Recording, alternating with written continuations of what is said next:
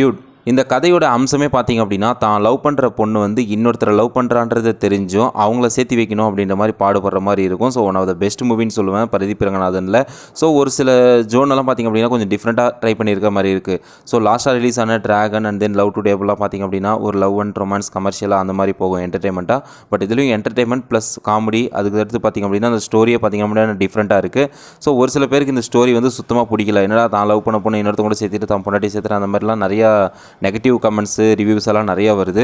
So இது வந்து ஒவ்வொருத்தர் எந்த மாதிரி எடுத்துக்கிறாங்க அப்படின்றது அவங்களுடைய இதில் தான் இருக்குது. ஸோ இந்த மாதிரியான படங்கள் உங்களுக்கு பிடிக்கும் அப்படின்னா கண்டிப்பாக உங்களுக்கு இந்த படம் ரொம்பவே பிடிக்கும். பிரதீப் ரங்கநாதன் பர்ஃபார்மன்ஸ் வைஸ் சொல்லவே தேவையில்லைங்க. அவருடைய ஆக்டிங் ஸ்கில்ல வந்து வேறு லெவலில் காமிச்சிருக்காரு. ஸோ ரொம்பவே நல்லா பண்ணியிருக்காங்க. ஃபர்ஸ்ட் ஆஃப் வந்து நல்லா எங்கேஜாக கொண்டு போயிட்டாங்க. அந்த ஃபஸ்ட்டு ஒரு 30 மினிட்ஸ் பார்த்திங்க அப்படின்னா ஃபுல் எங்கேஜாக இருக்கும் படத்துக்கும் அதுக்கும். ஸோ செகண்ட் ஹாஃபில் தான் கொஞ்சம் சொதப்பிட்டாங்க.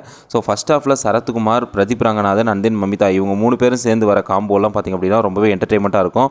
ஸோ அதுவும் செகண்ட் ஹாஃபில் அப்படியே கண்டினியூ ஆயிருந்துச்சு அப்படின்னா ரொம்பவே நல்லா இருந்திருக்கும் படம். ஸோ பேசுகிற மாதிரியே இருக்கும். ஸோ இந்த டியூட் படம் வந்து பிரதீப் ரங்கநாதனுக்கு ஓகே ஆகுமா ஆகாதா அப்படின்றது வந்து மிக்சடு கமெண்ட் வரனால கொஞ்சம் டவுட்டாக தான் இருக்குங்க. லைக் வந்து லாஸ்ட்டாக ரிலீஸ் ஆன ட்ராகன் அண்ட் லவ் டுடே இந்த படத்தை கம்பேர் பண்ணும்போது இந்த படம் சக்ஸஸ் ஆகுமா அப்படின்றது தெரியல. ஸோ வெயிட் பண்ணி பார்க்கலாம். ஸோ இந்த தீபாவளிக்கு ரிலீஸ் ஆன இந்த படங்களில் பைசன் படம் வந்து ரொம்பவே நல்லா இருக்குங்க. ஸோ நீங்கள் பார்க்கணுன்னு நினச்சிங்கன்னா பைசன் மூவியை போய் பாருங்கள்.